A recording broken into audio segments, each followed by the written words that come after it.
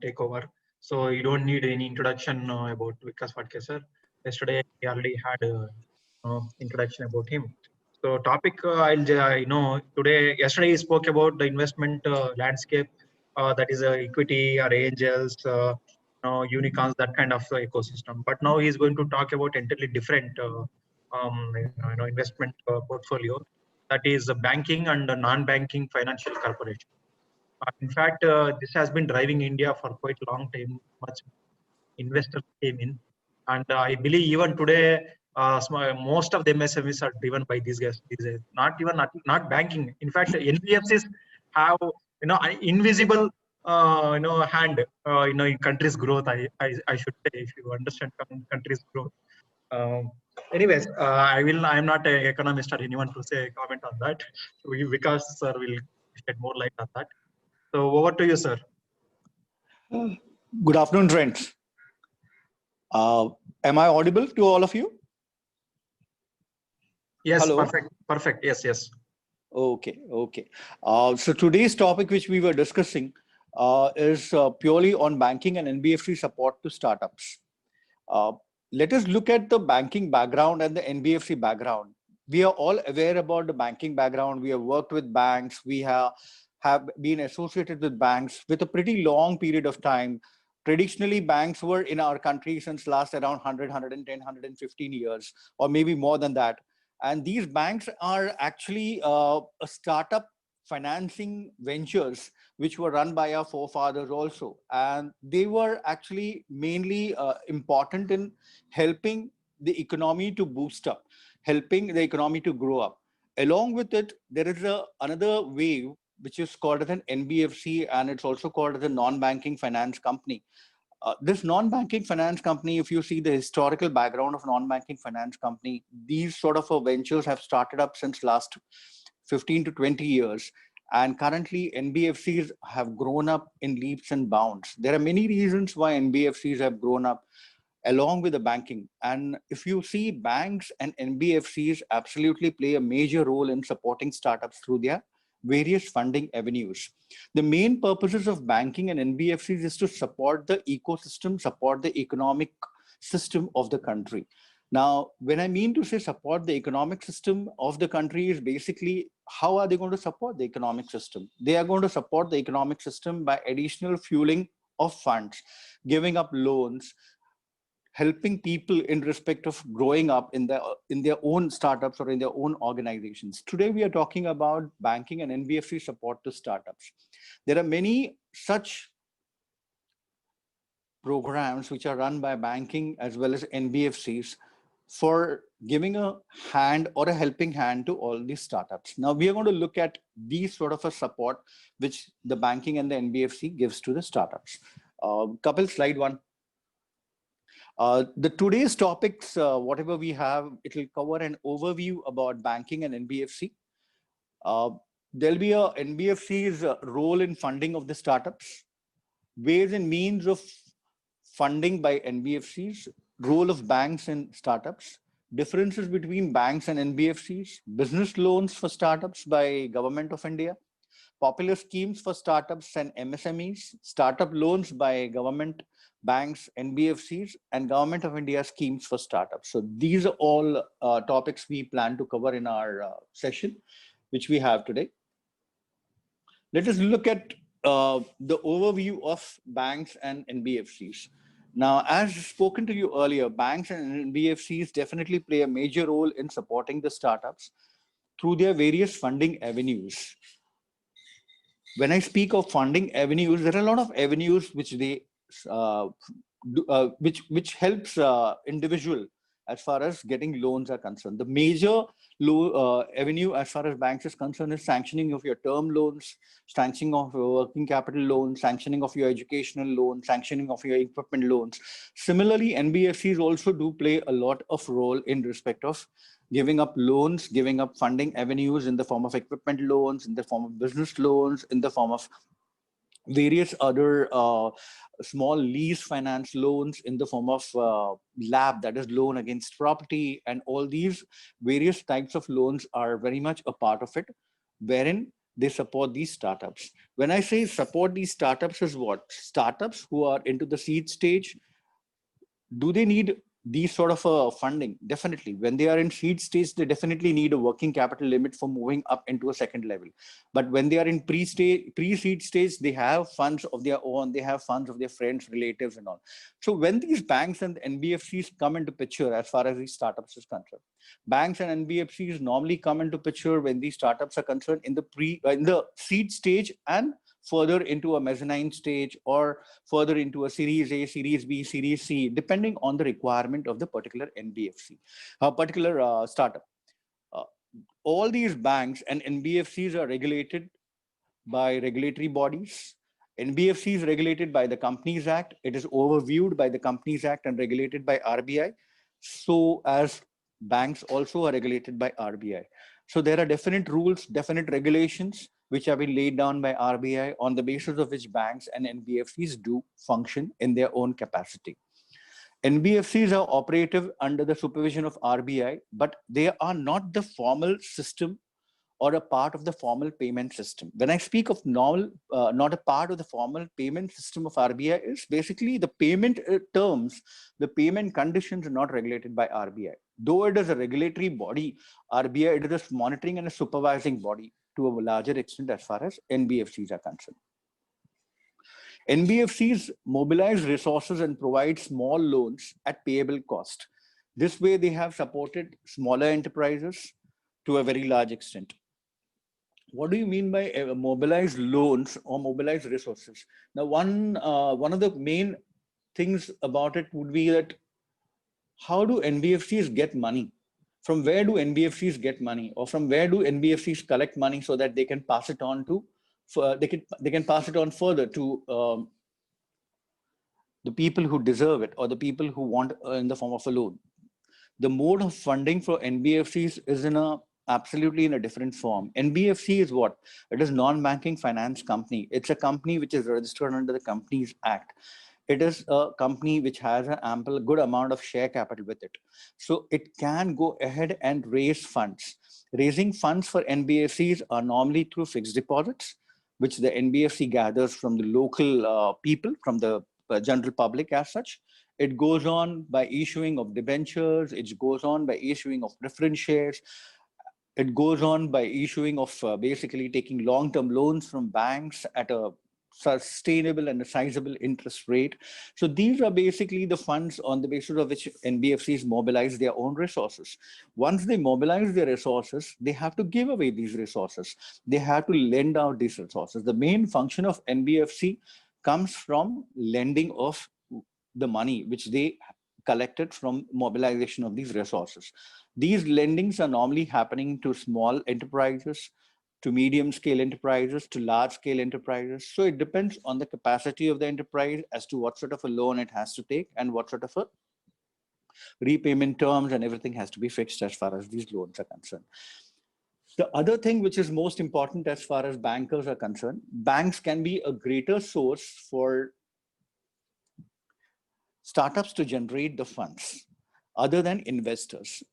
When I mean to say it can be a greater source for startups to generate the funds other than investors, yesterday we saw a hell lot of investors forum sort of thing wherein startups could raise funds through investors. Bankers also are one of the sources for startups. The main banker source for startup is business loans. Once the startup is started or into running future sort of thing, definitely banks help them in the form of a business loan. Banks help them in the form of a working capital loan. They give it in the form of an equipment loan. They also do a revenue financing loans. We all these various types of loans and methods about banking funding, banks funding to these people, we'll see in the later slides also. Let us go to the next slide. NBFC's role in startups. When I say NBFC means what? NBFC is nothing but a company which is incorporated under the Companies Act. And the basic purpose of NBFC is it is engaged in the business of loans and advances, acquisition of bonds, marketable securities, which are issued in relation to lease, hire purchase, insurance business, chit business, gold loan business, various sort of business are run by these NBFCs actually. These NBFCs actually provide funding for various sectors, which includes your agricultural sector, industrial sector, for purchase or sale of any goods, for providing any services, for purchasing of immovable properties, for movable properties, and various other necessary things which are required by any organization, be it a startup company or be it a middle level or be it a secondary level company. Let us look at a smaller avenue in respect of what are the various types of NBFCs. Non-banking finance companies are definitely classified into different types, which are based on certain parameters like liability, activity, their size. Based on liability undertaken by the NBFCs, they may be classified into deposit accepting and non-deposit accepting NBFCs. So once you start an NBFC, the main purpose of starting an NBFC has to be mentioned. And before you start an NBFC, and starting of NBFC, you have to be sure about it, whether it is going to be a deposit accepting NBFC or a non-deposit accepting NBFC. When I mean to say a deposit accepting NBFC means whether it is capable and eligible for accepting fixed deposits from general public. These fixed deposits are covered under Section 58A of Companies Act. So every NBFC who is in basically enrolling itself for accepting fixed deposits has to comply with the terms and the conditions of the Section 58A of the Companies Act. There are two types, as I said to you, whether it is a deposit accepting or a non-deposit accepting NBFCs. In this regard, only investment companies, asset finance companies, and loan companies are allowed to accept public deposits. Now, in NBFCs also, there are various criteria who are allowed to accept public deposits. Only investment companies, loan companies, and asset finance companies are allowed to accept public deposit companies. No other company or an NBFC structure which is starting its own company is allowed to accept public deposits. Public deposits are purely fixed deposits, which we get normally at a rate of around 8 to 10%, or maybe a little bit more of 11 to 12% if the company is a little bit on a risky terms, actually. Based on their size, NBFCs are classified into systematically important or non-systematically important companies also. Systematically important companies are NBFCs whose asset size is at least 500 crore. And whose asset size is lesser than 500 crore, you can call them as non-important systematically NBFCs. The various types of NBFCs can be categorized into the following forms purely. It would be asset finance company, investment company, loan company, infrastructure finance company, core investment company, infrastructure debt fund, microfinance company.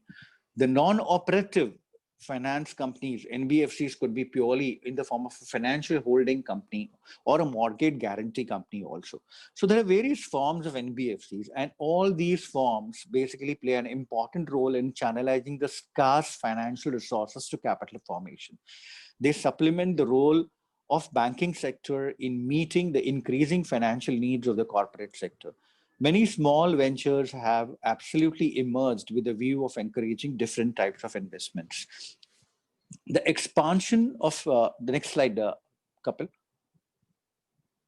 The expansion of these NBFCs into different markets like infrastructure, capital markets, debt funds, asset acquisition, personal finance increases their scope and the future.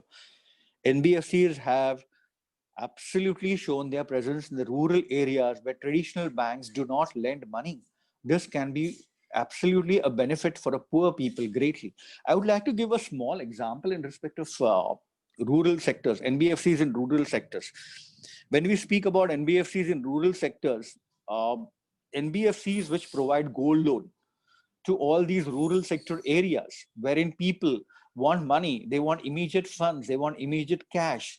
Once they go to the bank, they apply to the bank, the forms are filled, the legal terms are validated and all that. As far as those NBFCs who are into gold loan business, they absolutely take their gold, they value their gold at the price which is in existence, they give 60 to 75% of the gold value to these poor people.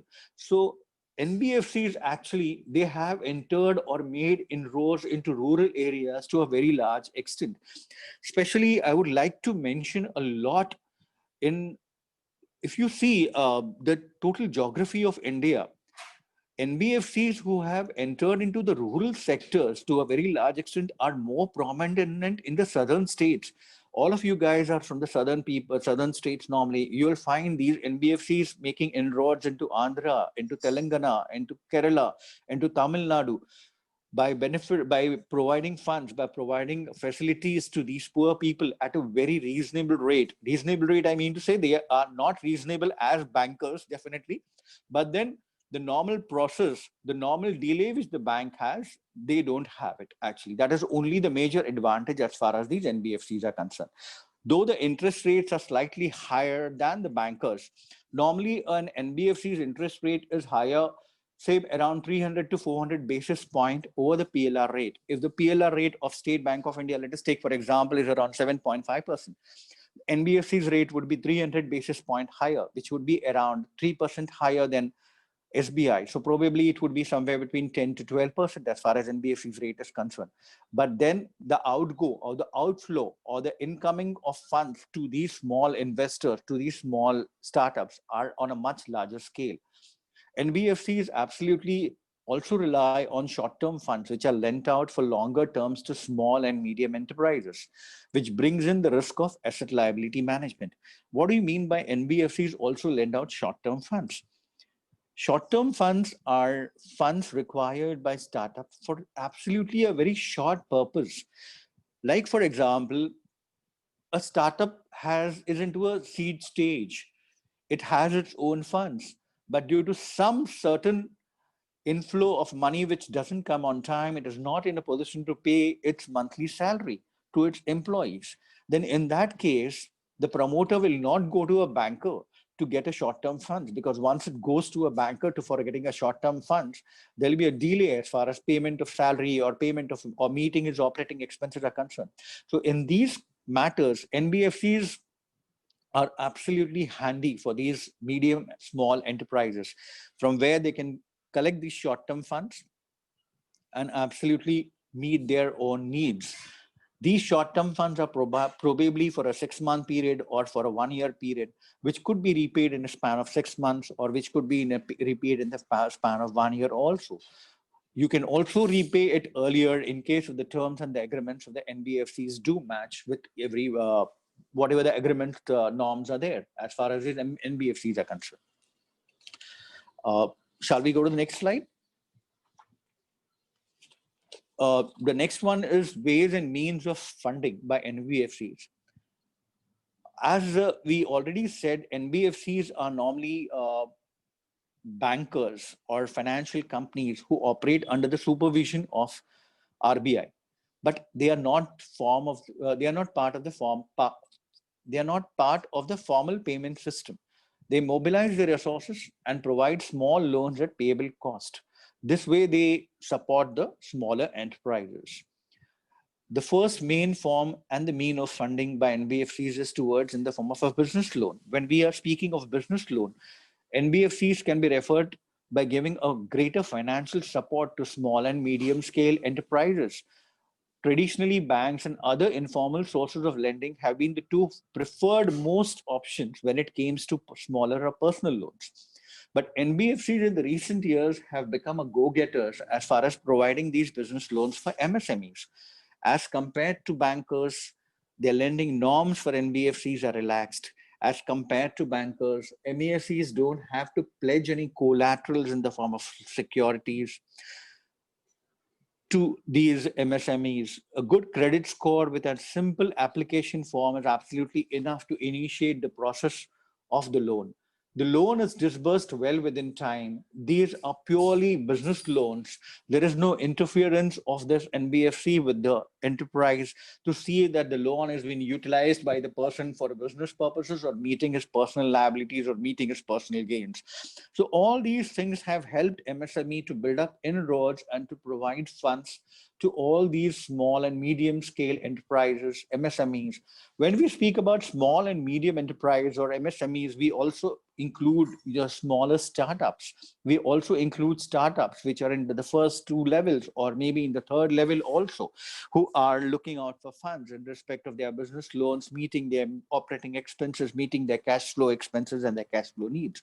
So these business loans definitely come in handy as far as MSFCs are NBFCs are concerned. As we said about the advantages of business loans, we have already spoken about the advantages of business loans as compared to banks. Let us just go and run through these advantages once again. As compared to banks, lending norms from NBFCs are relaxed. In some cases, MSMEs do not have to pledge any collateral for the loan. A good credit score with a simple application form is enough to initiate the loan process. Let me elaborate a little bit as far as a good credit score is concerned. What do you mean by a credit score? All of you may be aware about the CIBIL score, or when we are talking about a credit rating as far as an employee, as far as a company going in for a loan. A good credit score, the credit score is ranging between 300 to 900. This credit score depends on the capacity of the person, on the loan which he has taken earlier, how he has repaid his loan, how the principal payment has happened, whether he has done any default in respect to the loan, whether his earlier loans have gone into an NPA, all these loans whichever are there. And in case of a good, absolutely a perfect loan trajectory as far as that company is concerned, it will have a good credit score. So based on your credit score, definitely you have to just fill up a simple application form, which is absolutely enough to initiate the loan process. Absolutely, there is no need for volumes of paperwork. The process is quick. Business loans amounting from NBFCs can go as high as 30 lakhs. If I just give a quick viewpoint about it to you, when a startup starts a seed funding stage or a pre-seed funding stage, what is the amount of capital which normally a startup or a startup would require? Somewhere to the extent of 20 lakhs or 25 lakhs or 30 lakhs, at the best 30 lakhs, for having run its organization into a seed funding stage, having have to build up a stability as far as your organization is concerned. So these loans or business loans amount from NBFCs definitely go in handy as far as 30 lakhs is concerned. One might also argue in respect of these NBFCs as far as the interest rate is concerned. The interest rate, as I said to you, is pretty higher than the normal bank rate. But then again, you can regulate your interest rate if you have a high, absolutely a good credit score, if you're ready to pledge a good amount of collateral security with these NBFCs, your interest rate could be lower, but definitely not lower than your bank rates. The second means of financing as far as the NBFCs are concerned is purely funding for equipment finance. Startup companies into a seed stage, pre-seed stage, they would like to go in, they have come up with an idea, R&D is moving on, they have done their research part, now they are going into production or having an equipment, buying an equipment for starting a production or for stabilizing their business. So these sort of an equipment financing loans are also very handy from NBFCs. In this type of loan for startups, the equipment that is bought when starting the business is pledged as a collateral. So there is no other collateral security which an NBFC normally keeps. The equipment which is brought in through these business funding loans is kept as a collateral, thus enabling the lender to charge a relatively low amount of interest with a slightly higher risk. The customer is expected to repay the amount used to purchase the equipment as revenues are generated from their business. So it is absolutely a pure, simple form of lending money towards equipment, which is also called an equipment finance. I want an equipment. I want to buy an equipment. I don't have funds for buying an equipment. I approach an NBFC. NBFC tells me, okay, fine, I can go ahead, buy this sort of an equipment. NBFC lends me that money. I place an order, the equipment comes to me. This equipment, though it is in my possession, it is placed as a collateral with the NBFC. As the equipment is rolled on, as the revenues are generated, I go on paying the principal amount as far as the equipment is concerned. These loans, equipment finance loans, normally depends on the type of the equipment. If the equipment could be used only for a period of 1 year, the equipment loan or an equipment finance could be only for 1 year. If the equipment could be used for a period of 3 years, 5 years, 7 years, with a life stretch of around 10 years, the equipment finance could be also to that extent. So depending on the type of the equipment, the nature of the equipment, the life of the equipment, normally these equipment finances are given. Along with these funding avenues of NBFCs, we also do have gold loan NBFCs which offer gold loans as short-term medium finance loans, which is also called in the form of a gold loans. NBFCs are also giving microfinance loans, very smaller amount of loans for meeting working capital requirements, for meeting their operational expenses, for meeting their monthly expenses, absolutely a collateral-free security. Slightly on a higher bridge levels, also NBFCs do give loans in the form of unsecured loans. They also give to certain extent secured loans if there are proper securities kept in with these NBFCs. So NBFCs actually have helped the entire economy to grow. Especially NBFCs are more fruitfully enjoyable in rural sectors, into sectors wherein the traditional banks approaches are not in a position to go. I just want to reiterate a role of an NBFC. I was working for a housing finance company. We were into an affordable housing segment. Okay. We as a company or as an organization, we used to provide housing loans to absolutely lower criteria people or lower status people, means purely who have never interacted with the bankers, who have never had an account with the bank, who don't have a credit rating as far as the bankers are concerned, who don't have a collateral to pay, whose absolute income is in the form of a cash. Let me give you an example of loans or housing loans ranging from around 5 lakhs to 15 lakhs, which we used to lend purely to people who are teachers, who get money only in the form of cash, who are fishers, who are fisherwomen, who are vegetable vendors. So these are very smaller type of people who are absolutely at the lower strata. Also, we used to give loans for startup companies, for passing it on in the form of microfinance loans. Any startup who starts a fintech company, what happens when he starts a fintech company? Fintech company is nothing but a startup business finance or an NBFC company started by a startup. It requires money for passing it on. You have vehicles loan, you have equipment loans, you have unsecured loans to be passed on. So these smaller fintech NBFC companies, they buy loans from bigger NBFC companies, and then they pass it on to the end user or to the end customer.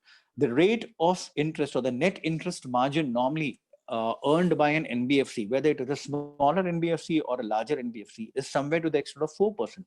When I mean to say NIM or a net interest margin is this 4% amount which they earn from the interest which they, it is a difference between the interest rate paid for acquiring the funds to interest rate disbursed for lending of the funds. This net interest margin. So these 4% to 3% or 4%, whatever the NBFC earns, it is his own income. So NBFCs do make a lot of expenses, incur a lot of expenses, and all these are met through these 4%, including their profits in respect of that. Now, should we move on to the next slide? In case if anyone has queries or questions in respect of NBFCs, we can surely take it up. I have a query, but I will like to ask at the end because I need some inputs from these banks also. Okay, fine, no issues. The next one, the next view is absolutely in respect of the role of bankers. We have spoken a lot about NBFCs loaning out or funding to smaller enterprises, to smaller companies, to smaller organizations, to smaller startup companies. And we have also seen various forms of loans and various forms of finances which are made available by NBFCs to all these smaller startups or smaller enterprises. Let us look at the role of the bankers as far as lending to these startups are concerned. Bankers can be absolutely a source to these startups to generate funds other than the investors. As we had earlier said, bankers is one of the sourcing agents for these startups to generate funds. Now, what are the different kinds of loans which bankers normally give? Bankers normally give these different sort of loans, which are in the form of a term loans, working capital loans, unsecured business loans, secured business loans, SBA loans, leaves. Let us look at one by one each and every aspect as far as these types of finances which are available. What are these term loans? Term loans are purely used for expansion of their business, purchasing of machinery, launching of new products. These loans normally can be taken for a period between 1 year and 10 years. The normal interest rate as far as term loans are concerned, if you have a very good credit score rating, your term loan rate would be probably on the basis of the PLR plus around 25 basis point, which is 0.25% over and above the PLR rate. Or it could be maximum up to 100 to 125 basis points over and above the PLR rate. If the normal PLR rate is around 7 to 8%, your interest on term loan could be at best to the extent available to the extent of 9 to 10% maximum as far as these bankers are concerned. The second types of loans are working capital loans. Working capital loans are purely short-term loans. Working capital loans are loans which are given for meeting short liabilities, for meeting short expenses, for meeting operational expenses, for meeting day-to-day operational expenses. Now, working capital is, everyone would be aware about it. Working capital is nothing but a difference between its current assets and current liabilities. It's a difference on the basis of which you need for your day-to-day operation. The funds which are needed for day-to-day operations are known as working capital also to a certain extent. These are short-term loans. They could be used to pay rent. They could be used to pay employee salaries. They could be stocked up in respect of inventories. Working capital is normally sanctioned by the, how does this working capital sanction happens? Working capital sanction happens based on your projections, based on your earlier data, based on your requirement as far as funds are concerned. These requirements are purely on an average level as far as the entire year is concerned. Like for an example, if you require working capital requirements on a monthly basis to the extent of 20-25 lakhs, definitely the working capital loan would be extended to you to the extent of 25 to 30 lakhs, depending on the average working capital requirement as far as that entire year is concerned. So this is another type of loan for meeting your short-term expenses, meeting your operational expenses, meeting your daily expenses, meeting your day in and day in out needs as far as your startup companies are concerned. You have this unsecured business loan, again, a long-term debt financing. It is an unsecured loan which requires no guarantee, no collateral, and an individual financial assessment is absolutely itself is required for approval. Unsecured loans normally can have interest rate between 5% to 18% with repayment period of not more than 10 years.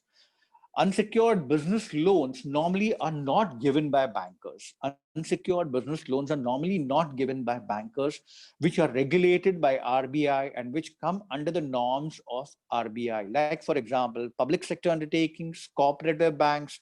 These are given by smaller money lending bankers sort of thing. A smaller NBFC money lending bankers in the form of an unsecured business loan. A local sort of a credit facility or a credit house, which will normally issue you an unsecured business loan. Now, this unsecured business loan, the interest rate is much higher because there is no collateral, there is no security.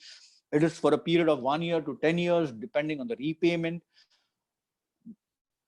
They are also utilized and known for using of your operational expenses as far as the business is concerned. The other one is your secured business loan. Secured business loan is in the form of a debt financing, which is required by large companies, wherein the company keeps on some assets in the form of a collateral or keeps in some assets in the form of a security.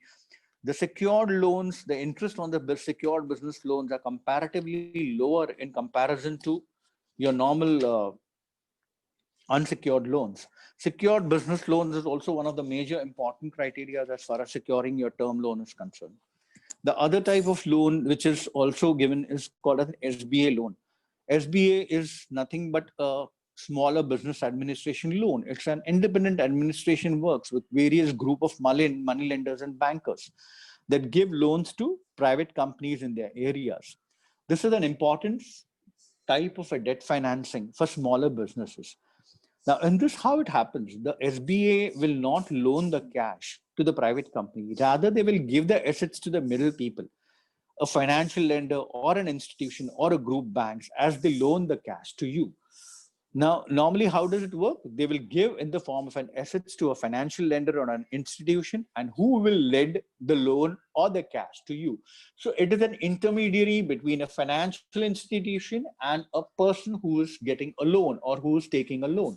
So these are called simple business administration or simple business administration loans, which are purely an independent form of funding device given by a bankers. The other one is also a lease one, which is absolutely a contractual arrangement calling for the leasee to pay the leaser for use of an asset. Property, buildings, vehicles, other common assets that are leased, industrial or business equipments are also leased. Lease is nothing but a contractual agreement. It is a smaller, it is again a version, I would say, of an equipment finance, a lease.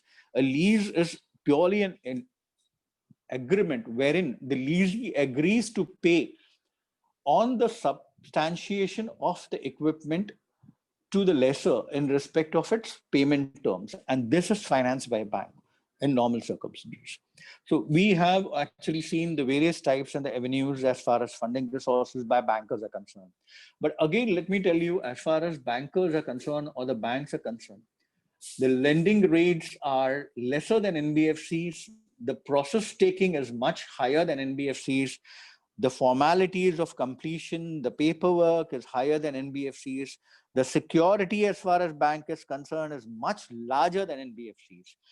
In the later part, in the later slide, we would see actually what is the difference between a banker and an NBFC. So we will get clear idea as far as what do you mean by a bank and what do you mean by NBFC.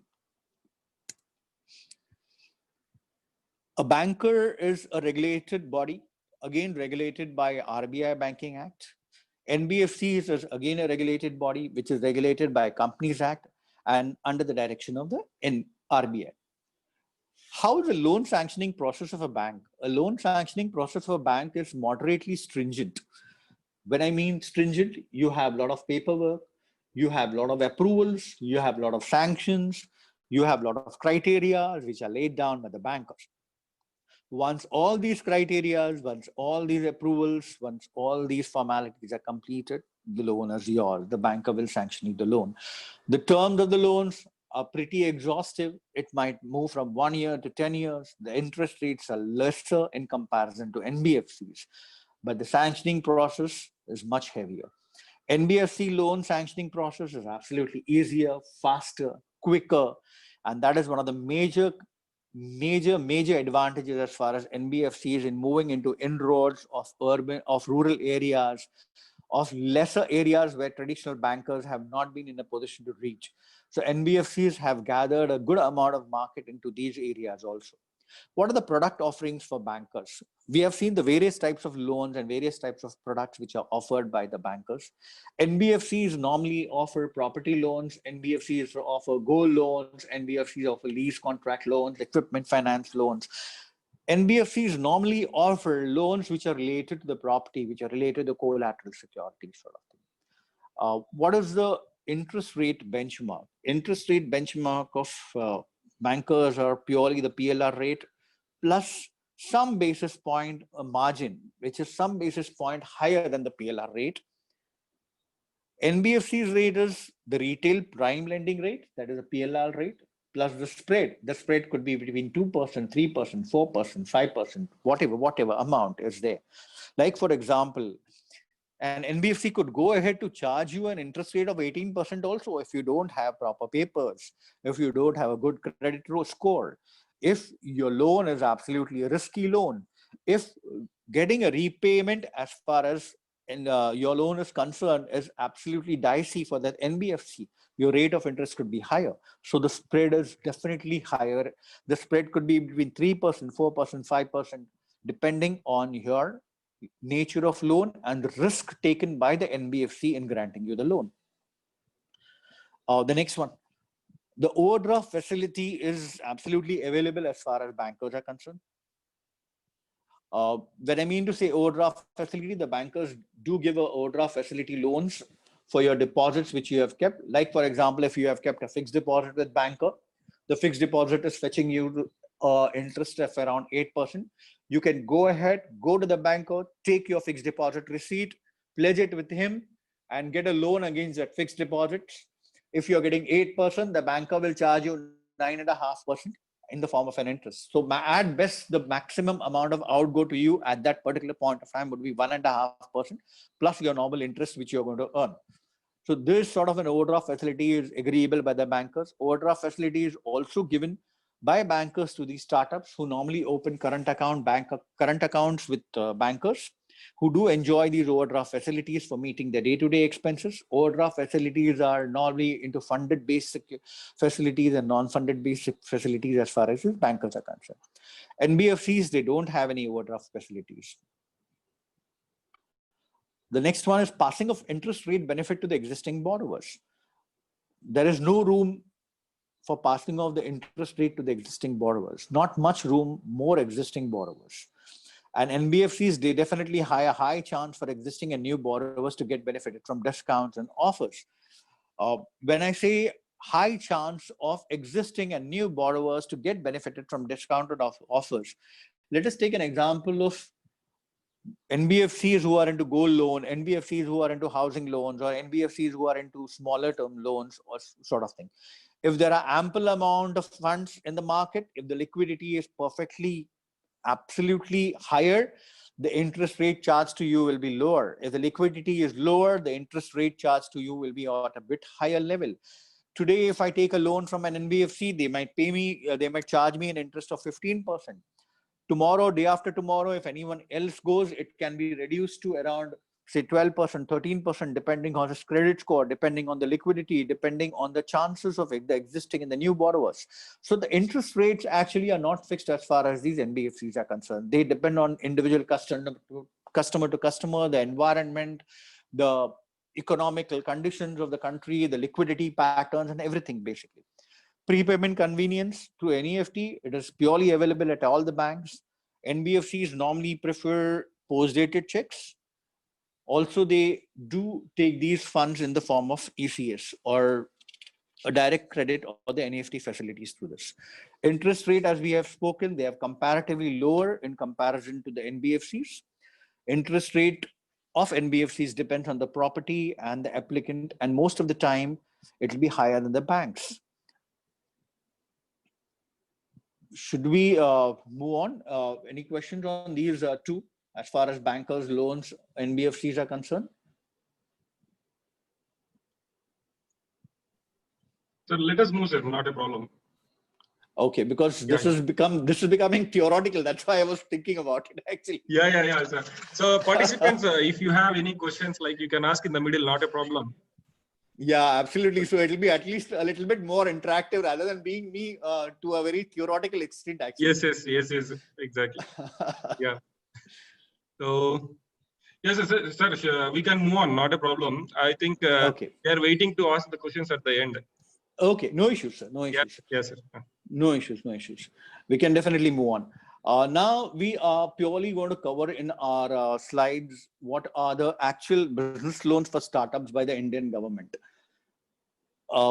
If you see Indian government is concerned, they have come up with a lot of lots of schemes, lot of government subsidies, lot of government incentives to these startups, because the government also feels that these startups in India should grow.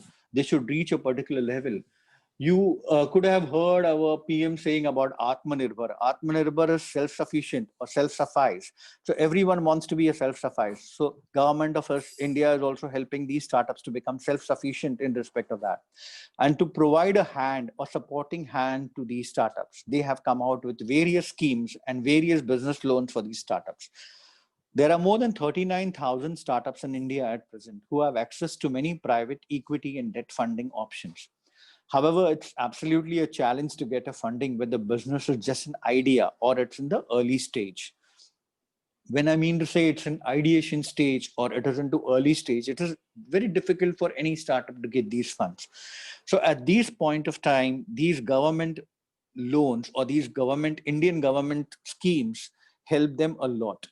Also, the micro MSME sector has a limited access to formal credit. This is why Government of India has decided to roll out startup business loan schemes for MSMEs and startups. Startup business loan schemes is what? It is a minimal amount of funding given by the Government of India through any of the financial institutions or bankers for these startups to start their venture, to come into an ideation stage, move from an ideation stage from a pre-seed stage to an ideation stage. These are the startup loans. These are the startup business loan schemes which are approved for MSMEs and startups. Like, for example, as I said, these startups are not given directly by Government of India. They are given by these financial institutions like SIDBI, who has begun to lend up startups and MSMEs directly rather than channelizing it through banks. The interest rates of these loans are lower than the one offered by the banks by almost 300 basis points. This is absolutely an added incentive or an added advantage provided by the Government of India to these MSME and startups who are into ideation, pre-ideation stage, so that they can start these startups, they can move into a particular level of stability and then conquer the market or conquer the world. When I say the interest rates are 300 points basis lesser than the bank, a normal PLR rate is around 7 to 8%, which I told you. 300 points lesser would probably fetch them interest rate between 4.5% to 5% as far as these incentive schemes are concerned, or the popular schemes from Government of India is concerned for these startups. So definitely a startup who is looking at his ideation stage or who is looking at his pre-stage seed stage funding should normally do one thing: approach these CBs and approach these various government schemes so that they can get these funds at a lower rate of interest. What do you mean a lower rate of interest? Lower rate of interest is the lower amount of cash outflow. The amount of the difference of 3% between a bank loan and these sort of loans will help the startup to meet some of its expenses, which is absolutely a major thing or a major event as far as a newly startup into ideation or a pre-stage stage. So it is absolutely beneficial for them to go in for these schemes and to go in for these business loans, which are being issued by Government of India through SIDBI or through various other channels. Let us see what are the notable and the popular schemes which are offered by Government of India for startups and MSMEs. The first scheme, which is Bank Credit Facilitation Scheme. Now, this Bank Credit Facilitation Scheme is headed by the National Small Industries Corporation. It is targeted at meeting the credit needs of MSME units. The NSIC has partnered with various banks to provide loans to MSME units. The repayment tenure of these scheme ranges between 5 years to 7 years, but in special cases, it can be also extended to 11 years. This is a Bank Credit Facilitation Scheme. The name itself says Bank Credit Facilitation. Bank credit facilitation means basically NSIC takes the responsibility of providing funds to these MSMEs and smaller units through bankers by providing a bank credit to them for meeting their liabilities, meeting their operational expenses, meeting their loans, meeting their requirements. The repayment tenure, again, as I said, it is 5 to 7 years, and it can be extended up to 11 years also. What is the interest rate which is normally charged? The interest rate which is normally charged as far as Bank Credit Facilitation Scheme is concerned is definitely lower than the normal PLR rate or normal interest rate which a banker would charge to a normal customer. Then how will a bank earn? The bank will earn based on the subsidy it gets from NISC or NSIC or the Government of India, basically, to meet its costs. So this is a sort of a treatment, or this is a sort of an arrangement helped in by NSIC to provide bank credit facilitation to these smaller units. You have Pradhan Mantri Mudra Yojana, which is launched in 2015. This scheme is headed by Micro Units Development and Refinance Agency. It aims at offering loans to all kinds of manufacturing, trading, service sector activities. The scheme offers loan under 3 categories, which is Shishu, Kishore, and Tarun, and amounts ranging between 50,000 to 10 lakh. The Mudra loan is availed by artisans, shopkeepers, vegetable vendors, machine operators, repair shops. These three absolutely different criteria of Shishu, Kishore and Tarun, that itself says at which stage Pradhan Mantri Mudra Yojana can be applied. A Shishu stage could be, we could take, if we relate this to startup, a Shishu stage could be a pre-stage or a seed stage funding, which could probably be between 50,000 to 2 lakhs, 3 lakhs, 4 lakhs. Then it comes your Kishore, which is absolutely a midterm, which is a mezzanine state. Then it moves on into a different levels actually. So this Pradhan Mantri Mudra Yojana, the minimum amount is 50,000, the maximum amount of 10 lakhs in respect of this. The next facility which is being given is in the form of a credit guarantee scheme. The credit guarantee scheme is a loan which can be availed by new as well as existing MSMEs, which are involved in service or manufacturing activities, but excludes educational institutions, agriculture, retail trade, self-help groups, etc. Up to 200 lakhs can be borrowed under this scheme, which is headed by Credit Guarantee Fund Trust for micro and small enterprises. So credit guarantee scheme can be availed by new as well as existing MSME. There are criteria as to who can have this loan facility. It has a criteria as far as excluding certain types of institutions or certain types of businesses. The loans are given to the extent of 2 crores and can be borrowed by under this scheme, which is headed by Credit Guarantee. The next one is Stand Up India. Stand Up India is launched in 2016, which is again headed by SIDBI. This scheme extends loans to enterprise and manufacturing, trading or services. This scheme loans, the range is between 10 lakhs to 1 lakhs and it can be availed. The repayment taken under this scheme can be done in 7 years with the maximum moratorium period allowed is 18 months. When I say moratorium period is payment of your interest charge or payment of your normal principal as well as interest both together could be in the form of a moratorium.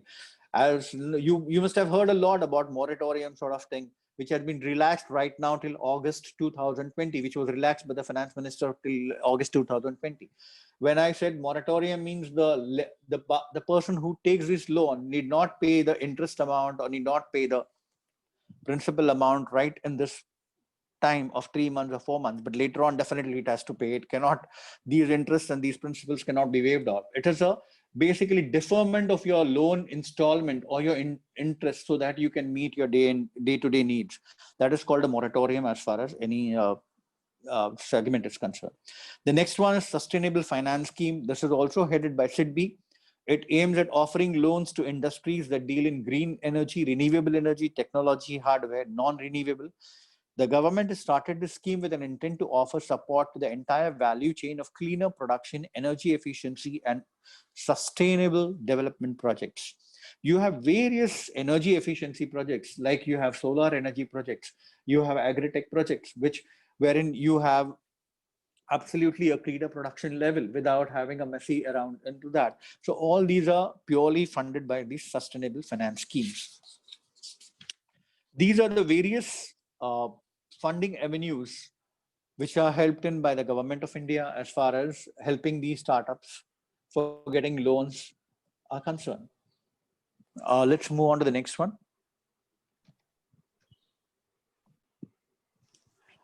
Sir? Yeah. Sir, I heard there is something called skill training loan or something like that by government. I didn't hear you, ma'am. I heard that there is something called skill training grant by government. Do you know? Can you brief me about that, sir? Skill training grant by the government. See, I would rather tell you there are around there is a site called Startup India site. Okay. Okay. In that Startup India site, if you just log into site, you have to register yourself into the Startup India.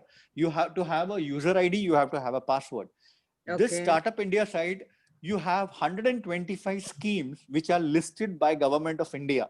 125 various schemes which are listed by Government of India, which are run by the various ministries and which are run by the various departments. So Okay. having or pointing out one individual incentive sort of thing as far as skill development is concerned, that we will have to look into all these schemes and try and identify whether this sort of a skill comes into which sector, and definitely get that facility availed from them actually. Oh, okay. Thank you. Thank you very much, sir. So this Startup India, I would rather tell you that this Startup India is absolutely a good website, which gives you more information about all the government schemes, all the newly introduced schemes, the older schemes, the benefits, the policies, the regulations in respect of regulating these schemes, everything. It gives you a total overview of government helping these startups, MSMEs, to get funding out of all these schemes. They are governed by the ministries and they are governed by the various departments actually.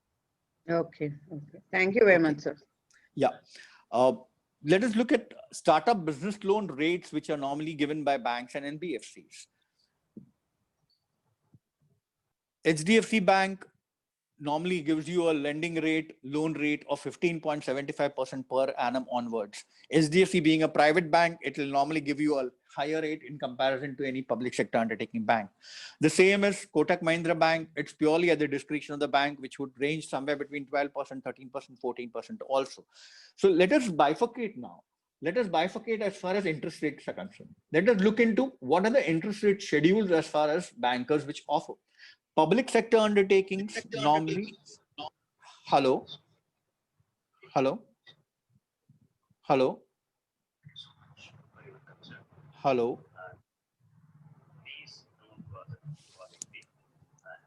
Hello. Somebody has on the mic on, sir. Somebody's mic is on. Yeah, I thought someone is asking me a question. That's why I'm saying hello. Hello. No, sir. Somebody's mic is on, and your words are repeating through their mic. That's it. Yeah, it's a echo, sir. Yeah, I managed it. Not a problem. Please go ahead, sir.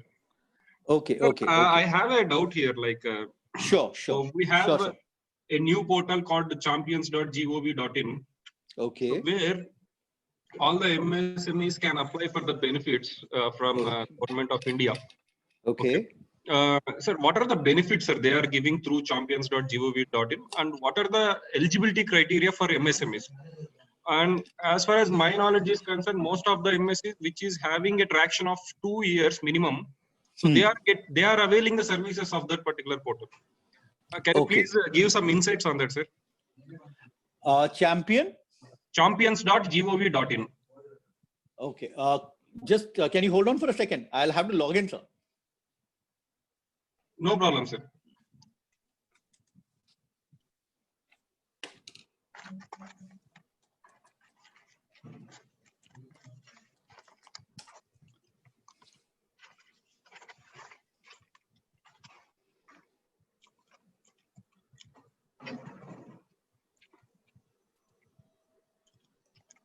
See, if you have these sort of existing schemes which are governed by champions, actually, Yes, sir.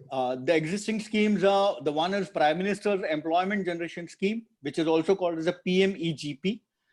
This is a scheme which the objective of the scheme is to encourage new entrepreneurs to set up micro enterprises through credit-linked subsidy. The benefit, again, it is financed by bank subsidy program. The margin money subsidy on bank loan ranges from 15 to 35%. It is for beneficiaries belonging to special categories such as SC, STs, women, PH, minorities, ex-servicemen, NER. And the maximum cost of the project would be 25 lakhs in manufacturing sector, 10 lakhs in service sector. This scheme is applicable for individuals above 18 years of age. So this is the specialty as far as this scheme is concerned. They have also mentioned as far as how to apply. Then you have the second loan for upgradation of these PMEGP or Mudra units. That is the second loan upgradation scheme. This is also one of the schemes which have been put into MSME champions. This is for a further financial assistance for expansion, upgradation of the existing PMEGP Mudra units for manufacturing service trading units for the year 2018-19. The maximum cost of this project or the funding for the upgradation is from 1 crore and rupees 25 lakhs under service and trading sector. That means manufacturing, it should be 1 crore, and for service and trading sector, it should be around 25 lakhs. All existing units which are financed under PMAG or Mudra schemes running successfully, whose margin money has been adjusted, will be eligible for getting these sort of loans. The unit should have been making profits for the last 3 years. This is a minimum condition as far as this availing this loans is concerned. Then, as we spoke earlier about credit guarantee scheme, you have interest subvention scheme for MSMEs, wherein the interest is subvented. 2% interest is subvented for incremental credit to MSMEs. You have credit linked subsidy schemes and MSME technology schemes. So these are the various schemes which have been listed down as far as your MSME champion schemes are concerned. Yes, sir. Okay. Thank you. Thank you. Usha, madam, I think you have a question. No, I'm sorry, I didn't put it down. Yes, okay. Sir, I have a question on this current slide which you have displayed. When you're saying this Tata Capital and the HDFC Bank loans, 19 per annum onwards, is it with collateral or it will be without collateral, most of this? If it is with collateral, it is lesser than this. If it is without collateral, it is this much. I know. Just to clarify that. But this is absolutely without collateral. Capital, Fullerton Capital, Bajaj Finance, these are all purely NBFC companies. Yes, purely. I know. So these NBFC companies, the main function of it is, if you don't have a collateral, if you don't have a security, the interest rate is higher. Or else the interest rate would be normally between 300 to 400 basis points, your PLR rate, which is charged by your PSU actually, or a private banker. Yeah, I mean, they justify saying that since collateral is the risk is more, this is a risk coverage. Absolutely, sir. Absolutely. Now, can you give some insight about this P2P lending? Because I have seen this CoinTribe, Fairsend, who else? There are a few more, Lend and Desk. Many of those are P2P lending. How do you think they are? Because some of them are also showing business loan in that. Okay. What is P2P lending? So P2P lending is peer-to-peer lending. Okay. Now, P2P lending enables an individual to obtain loans directly from other individuals. Okay. Cutting out the financial institutions as middlemen. Let us take an example. Okay. I am into I have a startup. Okay. My startup is into a manufacturing activity, which is a product I'm manufacturing, which is absolutely being manufactured by some other persons also. Okay. It is being manufactured by some other persons also. So you have the same product being manufactured by 3 to 4 individuals. They are those startups who have started earlier. I have started later. So this is a sort of a P2P funding. If I want fund, I can get money from them. I can get money at a proper amount of interest rate because there's no financial lending in respect of that. There is no financial institution as a middleman in respect of that. So these P2P actually has helped up a lot in respect of adoption as an alternative method of financing. P2P lending is also known as social lending, or it's also known as crowd lending. And so do they have such approvals? I don't know about their legalities. Nobody is giving some clarity about that. Because a startup, say, for example, initially, like I want to do some prototyping, some money I need, right? So I may need only maximum 5-6 lakhs. And P2P lending appears to be good option compared to this Tata Capital or HDFC. But are they legal? How are they? But why do they do? If there is no middleman, because all of them are doing only to gain some bucks, right? Or commission charges or something. See, basically, the main purpose of P2P lending, what is the main purpose of P2P lending? Peer-to-peer lending is a type of crowdfunding investment where investors co-finance projects by lending money in return of interest. So purely it is a European sort of a P2P. P2P started in Europe actually, wherein this P2P lending format was confined actually, and now it has moved into Indian levels also. The normal ROI as far as P2P is concerned is to the extent of 12% or 13%. Now I have ample amount of funds, sir. I have ample amount of funds. Okay. If I invest today these amount of funds, how much am I going to get? Right. Instead of that, why don't I lend it to a person who requires and who pays me a ROI of around 12%, 13%, 14%? Yes. Yes, So it definitely. is a form of an income. It is a form of an income for me. Absolutely, absolutely. See, Yeah. putting just idling in the bank for 8 to 9% max, uh, Absolutely. even bonds. This would definitely fetch them nothing less than 15-16% on a give and take average. Yeah. Yeah. Of course, again And you said no yesterday high risk, high reward, but one can do yeah. some kind of analytics and see who is less risk. Yes. And let me also clarify over here, keep P2P lending is regulated by RBI also. Okay. RBI has started regulating P2P lending activity in India. Mm-hmm. You Just a have thought. P2P lending Okay. platforms. You have Okay. P2P lending platforms, sir. You have Okay. P2P lending platforms which are governed and regulated by RBI, wherein you can Right. go, wherein you can put up that you need this much amount of funds, and there'll be people who will be able to lend you at a particular amount of rate of interest or whatever it is. Just have this is just a thought. Think about Yeah. it. Even the faculty Yeah. also. Yeah. Similar to this P2P lending, say suppose in a college or a given university, there are 300-400 faculty, right? A single person or a group of students can come forward, start a small enterprise. You collect 500 rupees, 1,000 rupees every month or every year, and divert that money to your own startups. Absolutely. That is called a crowdfunding. So it could Crowdfunding. amount to a crowdfunding. Yes, crowdfunding. So you can do that crowdfunding. Of course, so the faculty can get like whatever the bank percentage. You can give another 2% more, and you can hold 1% for yourself for all this activity. That would be very good. You don't have to depend on any funding agencies for that matter. Any college, give and take, good colleges will have 200 faculty. Absolutely. Absolutely. And this could be a sort of a booster to your people also, because Yes, funds yes. are readily available to them. There is not much of legal hassles. There are not much of complications in respect to that. You Yes. yourself are in a position to lend them. You're in a Correct. position to monitor. You're in a position to supervise. You're in a position to guide them. So all these benefits are definitely there as far as crowdfunding is concerned. And this is especially very much active as far as the initial funding stage is concerned. Correct. Even IP generation stage, prior to market testing time, where you need quick amount, this would help. Yeah. Definitely, sir. And if you can make IP and do technology transfer, you can get money and you can distribute that back to the faculty. Right? Yeah. Definitely. I think maybe faculty should think about it. Who has got management? Some of them are commerce background. Maybe they should think about this. A small bank you can open in your own college.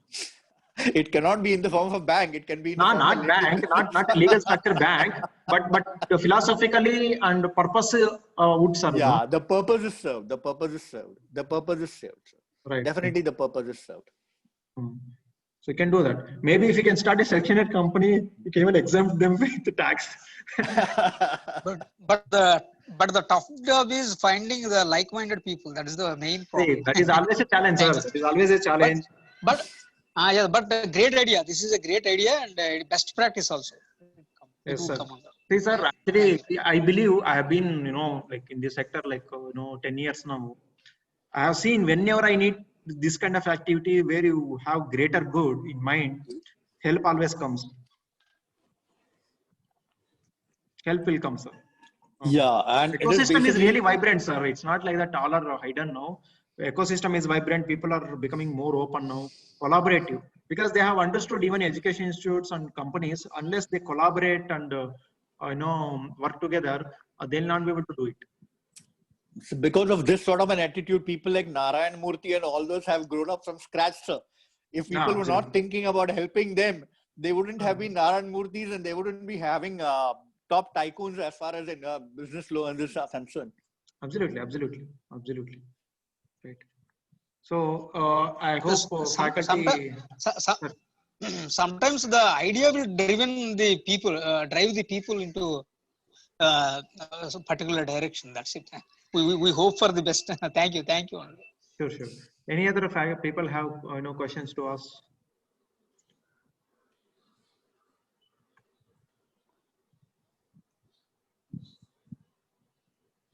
Somebody is asking question.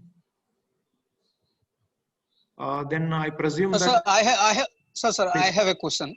Please. Yeah, please. Sir, actually the creator or the person who have the idea uh, maybe may not have the feasibility to access all these funding agencies and all that. This is a cumbersome and very hard work right now. So he cannot put all his mind in these things, but he can concentrate only on idea developing and all those things.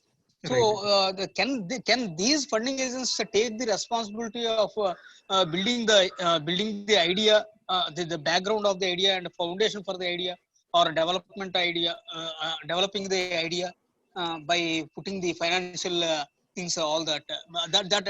Can they take the responsibility of these financial things? Please So can elaborate. we, so can we have a next slide? Because the next slide tells you stories which have been taken up by these various bankers. Bankers are helping startup to accelerate themselves by launching startup funds, by launching startup innovative ideas.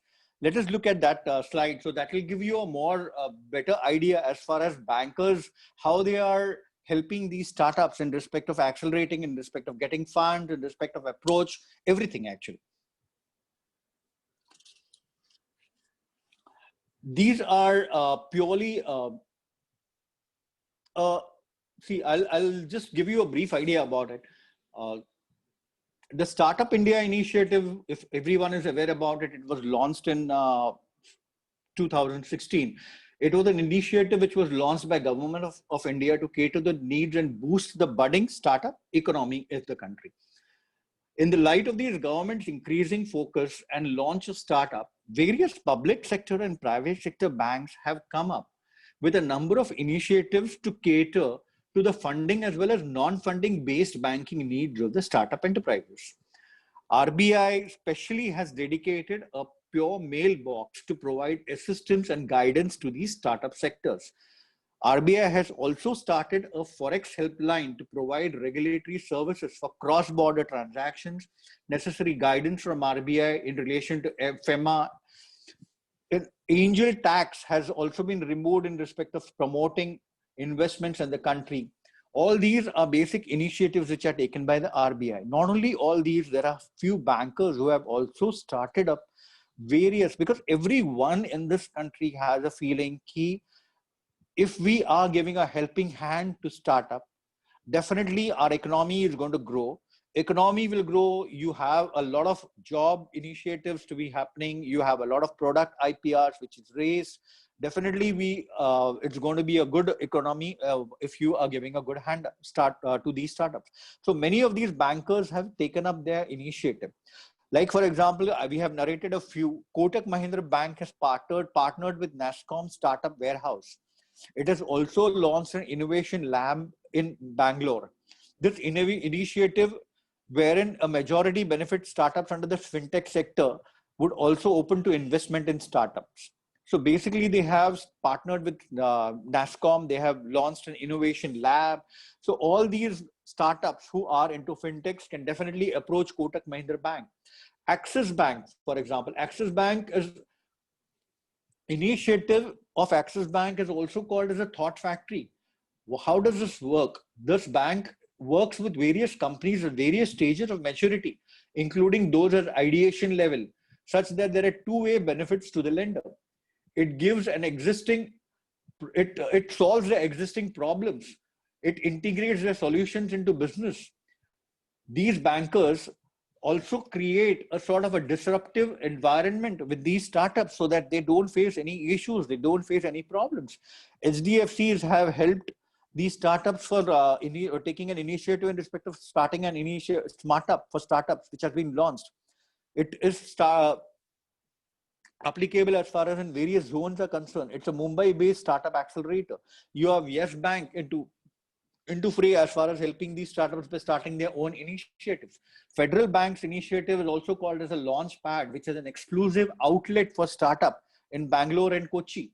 It is a one-stop facility which is providing a wide range of services, advisory services, in addition to customized banking offerings to enterprises. They are offering digital financial services. They are catering to the various sectors in digital finance, biotechnical technology, high-tech farming, healthcare, logistics. These outlets purely offer counseling and guidance on key aspects involving setting up of startups, registration of startups, regulatory compliances, investment, accounting, funding of these startups. They also help in collection solutions. They also help in forex services. SDFCs, as we spoke earlier, have started up a smart venture sort of thing. So all these bankers who are there, they know about it. Definitely, it is a helping hand which is going to be given to these startups. ICICI Bank, the iStartup Garage, which is launched in by ICICI branch across all the company. It is a one-stop facility which provides space to work in addition to a range of advisory services.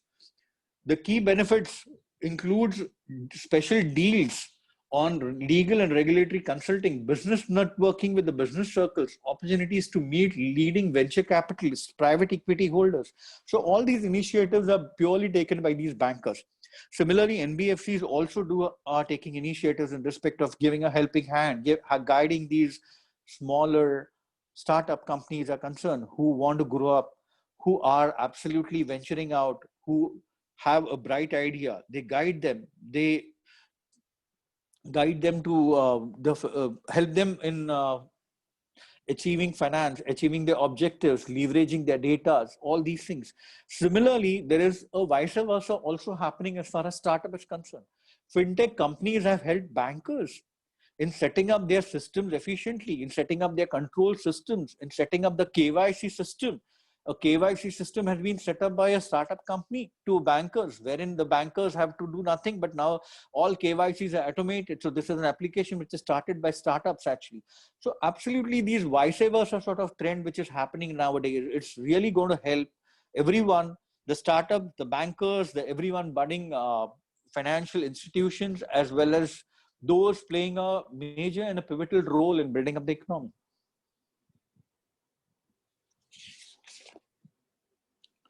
Plus, over and above, as we said, there are various schemes of Startup India, there are various schemes of Government of India, there are various schemes or incentives run by the ministries, there are various schemes run by the department. So all these also help startups to bring out their ideas, move from an ideation stage to a secondary stage, third stage, grow up in life and move their visions and have their targets. Sir, these bank loans and other things which are after some time, when the person is not able to repay, he gets into severe problems. Is there any insurance to cover all these problems of loan? Currently, there is an insurance to the extent of 1 lakh in respect of all these loans which are run in by this bankers. I think so. I'm not too sure. Let me check it up. But now this insurance has been increased from 1 lakh to 10 lakhs, if I'm not mistaken. But yeah, at the starting phase, it is around 1 lakh. Oh, okay. At least these state banks and things are slightly better, but these private banks like HBSC and Bajaj Finance, they are all really bugging the customers like mad. They initially promise something and finally, God knows what they are getting signed from us, because there are the kind of writings in the applications are so tiny that nobody can really read or understand what is there, and they take around 40-50 signatures here, there, everywhere. And Yeah. finally, when some mishappenings are there, they take the life out of you. So there should be some, because if it is okay for people who can manage, but the poor startups company, their whole life goes waste, you see. They even go and commit suicide after some time because they're not able to manage the harassment of these public banks. So I think you must advise on that, the startups for where they can be, which is the best for them, like, you know, than going in for these foreign banks and getting into trouble. See, actually, if you ask me about foreign banks or private banks or any of these bankers, all these bankers absolutely are regulated by RBI, whether it's a private bank, whether it's a public sector undertaking or public sector bank. These are purely regulated by RBI. The interest rates may differ, but definitely the norms, the lending norms will not differ in respect of any of those things. The lending norms could be slightly haywire from one person to another person, depending on its credibility, depending on its credit score, also the interest rates also.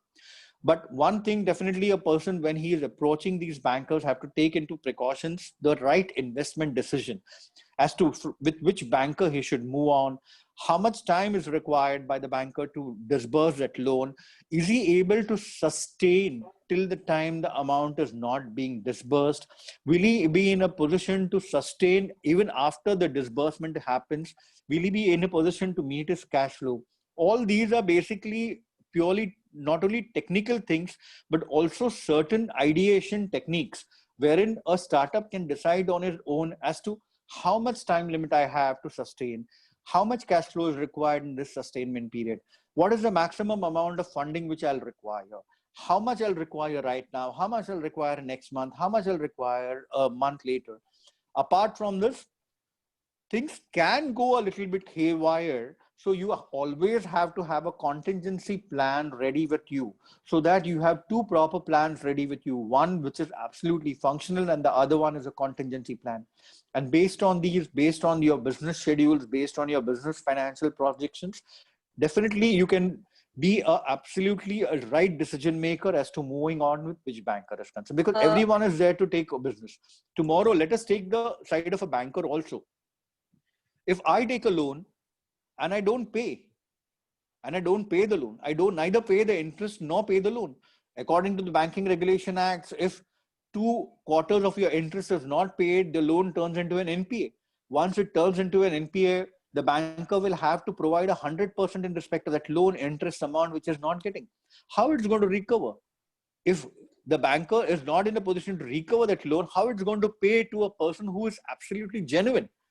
So there is a SARFAESI Act currently which is in existence, which helps the bankers, which helps these financial institutions to get your loan. The similar happens as far as the people who take the loan and give the loans are also concerned. I understand from your point of view for the bankers, but Yes, as a customer, the yes. bankers are like the private banks. What they say initially is, we charge you only 5%, you know, and we are the lowest the interest rate people and stuff like that. And once the papers have been processed and things like that, then we are surprised with a lot of commissions that have been taken. They say because we process, we take around 2% or 5%, and then they say your document charges are so much, and you have surprised charges in these private banks. And not only that, finally, when you start paying the amount, you are so surprised that this 5% is not actually the 5% that he had promised you during the application. This 5% is something far beyond multiplied into three times. So what I feel is, even educated people like us, we have been taken for a ride. So when startups company come, we have to make it very clear that a private bank will give you surprise charges like this. You have to be aware of that. And nationalized banks are better, and the charges are like this. So if there is an expert who will clearly mark these things for the startup companies, I think most of them will be cautious before they take the loan from these kind of banks, and it will be safer and helpful for them, I feel. I can add here if you want. Yes, sir, sure. That is where the incubation center comes into play. Yeah. Actually, you see, incubation center not only provides space and technical thing, madam. We normally onboard mentors. Mentors in the sense they are like gurus who have been like 30, 40 years in this experience. We have mentors of different categories: finance, market, branding, legal, IPR. Like that, we have a different set of mentors. Every incubation center will onboard mentors. Some of them come on pro bono basis. Some of them we pay them on behalf of startups. Startups don't pay to them on hourly basis or monthly basis. Whatever the agreement we make with the expert, will charge. So as you said, they will. There is someone who can guide these startups what to do, what not to do. They'll not definitely influence them 100%, but they'll definitely give the guidelines, do's and don'ts. They have their own experience, because serial entrepreneurs would have taken loans from several banks, invested, exited, graduated, or closed their companies. So they have the whole, complete life cycle of a company. They know every stage. These people would help them, and we also onboarded. But Shiva sir, I heard that many people who advise on these kind of loans they have a tie-up with these banks. So sometimes you're also misled by them, you see, because they see where they get more commission kind of things, and normally, madam, in incubation center, we have the network of who are into sort of pro bono, or we would definitely look into their profile. Nobody can peep into their minds all the time, but definitely their profile, their trend would definitely show where their inclination is. If somebody is doing from behind, even God cannot catch them. Okay, that nobody can do anything about that. But in majority of the cases, we are a little careful in taking such people. We take several preferences, whether this guy is okay or not, all those things. Yeah, then only it will be of great support to the poor startups. Correct. As you said, no, it's perfect. It's a valid point. Yeah, and that is one of the reasons that most of the startups get in touch with, or they register themselves with these incubation centers who guide them, who help them, who are absolutely like a fatherly figure, who guide them at various stages of their journey, actually. So that is the reason, madam, to avoid this kind of conflicts only, all the incubation centers mostly are Section 8 company. Already we told like Section 8 means what? We don't look at profit as a motive. Profit as a motive. Ecosystem development as a motive. Right. So when that happens, definitely when your intentions are pure, your execution will also be more or less black and white rather than hidden. Correct. Then only our country can prosper. Otherwise, it will become very. Sir, one more point. I was, apart from NBFCs, there are state financial corporations. Maybe also can look into that. They're definitely not for startups. Those who do not have, a listed. See, most of the state financial corporations, whichever state you are from, they have the listed business. They have the catalog. So if you choose any of those, from that only they'll give. Suppose you are a startup with innovative ideas, fine. But when you're going for production, say for example, one of our startup is into mushroom. So mushroom is an agricultural activity. Banks don't give, only agriculture department. But when you convert that into processed food, a pickling or a canning or drying, that kind of unit that comes under food processing. Okay, food processing comes under again banking industry, right? So you add a little value and then go to financial corporations. So you have DPRs. You just have to submit them, and more or less they'll be processing it because they also have targets nowadays. State financial corporations. Because states are also ranked nowadays. I don't know how many of you know this Swachh Sarvekshan ranks. So many ranks are there for state wise, and I believe that the fund dispersal to the states are also dependent on these rankings. So somewhere there is some accountability even in government sectors, because we are working with the State Financial Corporation in Andhra Pradesh.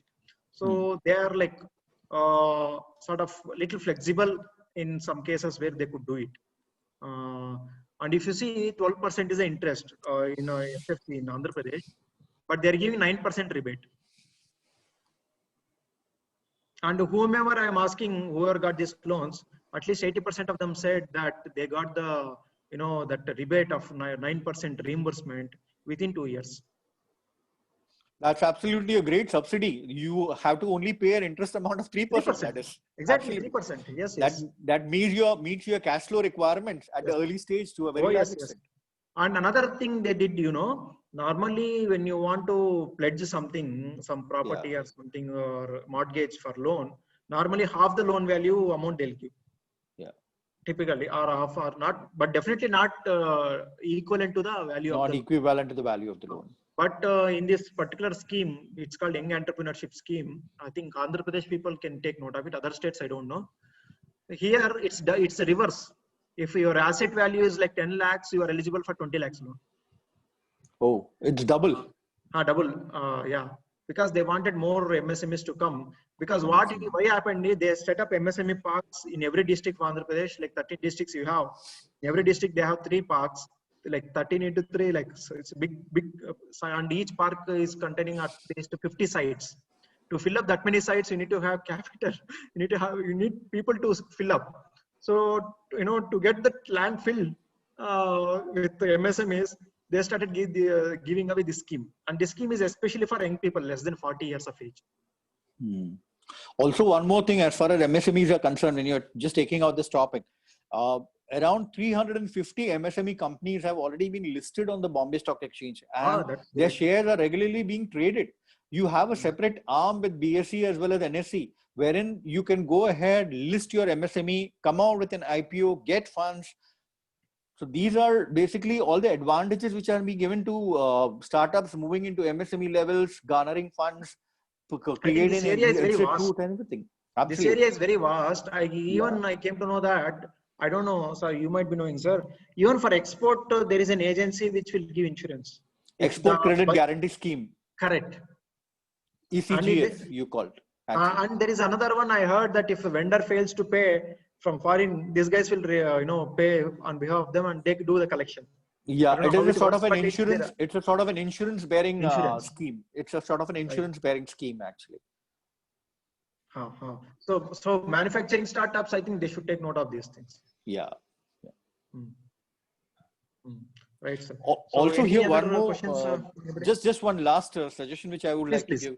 No as we have seen, I would like you people to just visit the Startup India site, go through various schemes, find out which scheme is being offered by which state, which department, which ministry. Try and find out as to how beneficial it's going to be as far as your own startup is concerned, or your startup which is into which has recently joined you, or who needs funds. Definitely it's going to help you a lot. Definitely. Right. So any other questions from anyone, any participants? No. I think you made it very poignant and clear. Yeah, sure, sir. So, yeah, I think if nothing is there, we'll close for today. Sir, from Artha and your whole team is here, to help us out. We are very, very thankful from Atal Incubation Center on behalf of the participants on this team for your informative and very. And is there any way people can access to presentation or something? They're asking. Or is it confidential? No, it has been given already. Kapil, could you throw some light on this? As far as the last slide. We'll share it with you on the email so that you can just share it with all the participants. Right. And on the portal of Artha itself, like we are publishing these slides, so anyone can just visit and download it from there as well. Yeah. So they can also visit their website to download these slides and more. Right. Okay, sir. Have a good day. Okay. Thanks a lot. Thanks a lot for the entire team, for the entire participants, for Dr. Shiva and all those people who are associated with SKU for managing this entrepreneurship development program, and extremely thankful to all of you once again. Thank you. Meet you soon. Thank you.